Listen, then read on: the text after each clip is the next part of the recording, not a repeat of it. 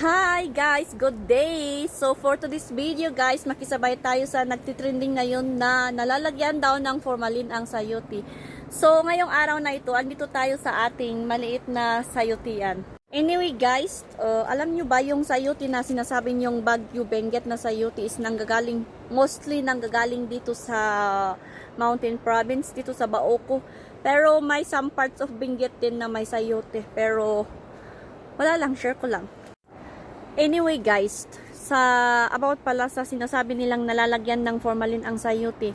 Well, walang katotohanan po yun kasi yung sayuti namin na nanggagaling dito sa Baoco is very pure, organic siya. Walang hinahalong mga iba't ibang chemical, talagang pure organic po ito. Nilalagyan lang namin ng pampataba yung, ayan, yung mismong puo na ba. Kaya sa nagsabi na naglalagay kami ng formalin sa aming sayuti, hindi po totoo yan.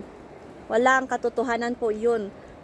Alam nyo kasi guys, yung sayuti hindi siya madaling masira kahit ilang linggo na nakatambak dyan.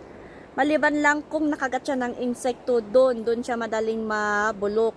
Katulad nito. Katulad niyan, pag nakagat siya ng insekto, madali siyang mabulok. Pero pag good na ganyan, hindi siya madaling mabulok. Kahit ilagay mo dyan sa gilid-gilid, kahit nakatambak pa dyan, hindi siya madaling mabulok. Pero pag nakatambak ito ng more than 3 weeks, 1 month, tutubo po ito. Kusang tutubo pero hindi siya mabubulok kasi wala siyang sira. Hindi siya nasira.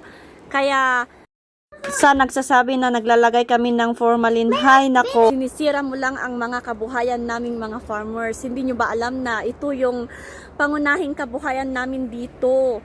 Kaya ikaw lalaki ka, bigay ka na nga ng impormasyon, puro mali-mali pa, ikakasira ng kapwa mo farmers. Ano ka ba? Anong klaseng nilalang ka, uncle? Naku, baka ikaw yung lagyan namin ng formalin. Naku! Anyways, yun lang. Bye!